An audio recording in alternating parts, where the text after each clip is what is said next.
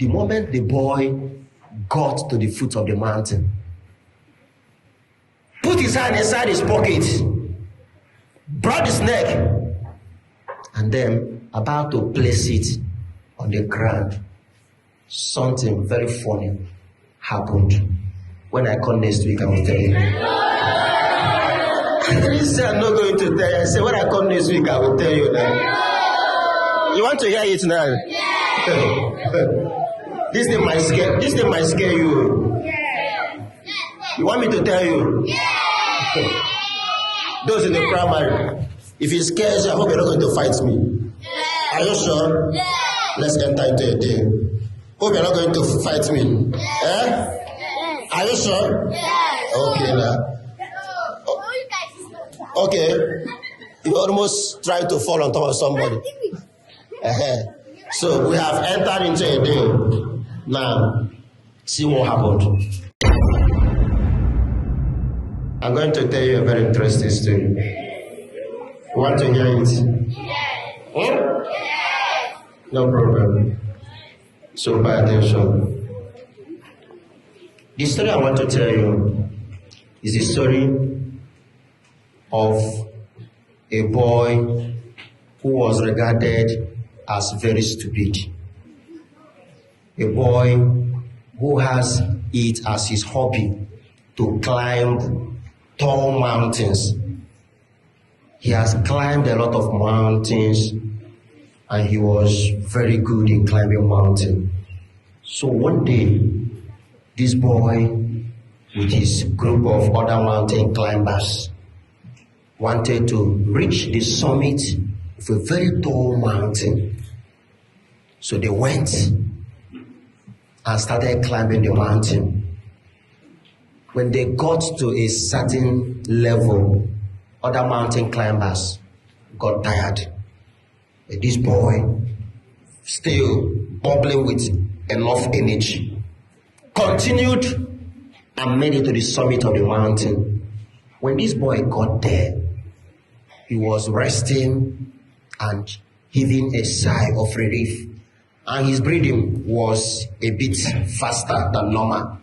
So as he was breathing and trying to catch his breath, all of a sudden, he heard a kind of a little rumbling on the leaves and grass atop the top high mountain. So when he looked, he saw a strange something. And when he looked and observed closer, he discovered the thing he saw there was a rattlesnake that coiled up. It happened that the rattlesnake, because the summit of the mountain was very cold and filled with snow. So the snake was feeling so cold, almost freezing to its death. And then, strangely, the rattlesnake started speaking and pleaded with the boy and requested the boy to please pick it up, put it in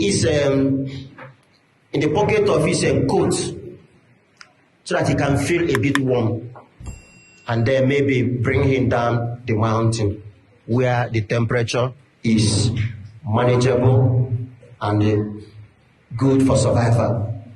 So when the rattlesnake made this request, the boy turned to the rattlesnake and said, I should pick you up and bring you down. You must be kidding. I know you, snake.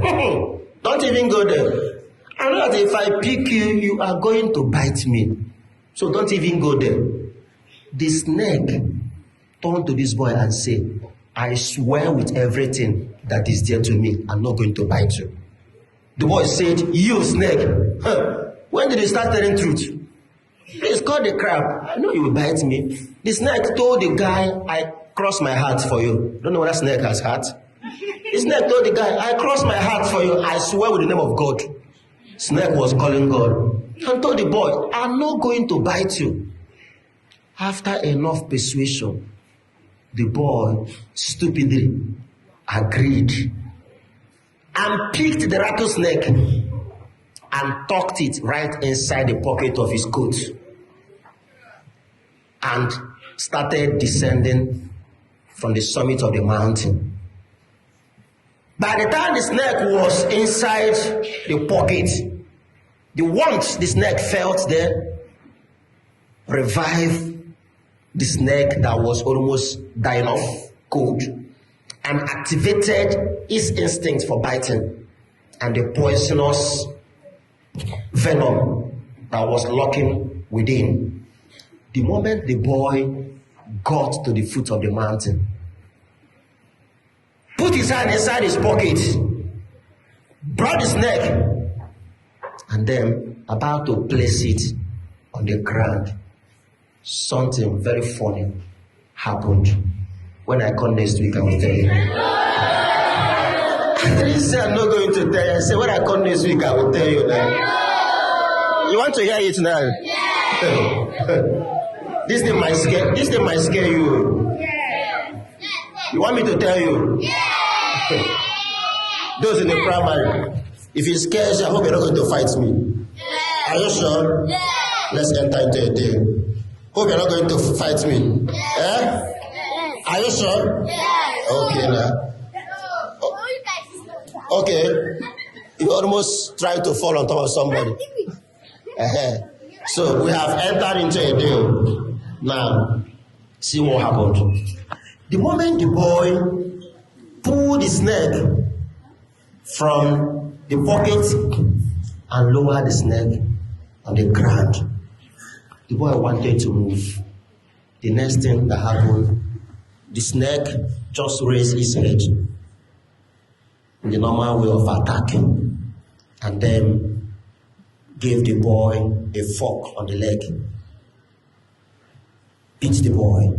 The boy turned in shock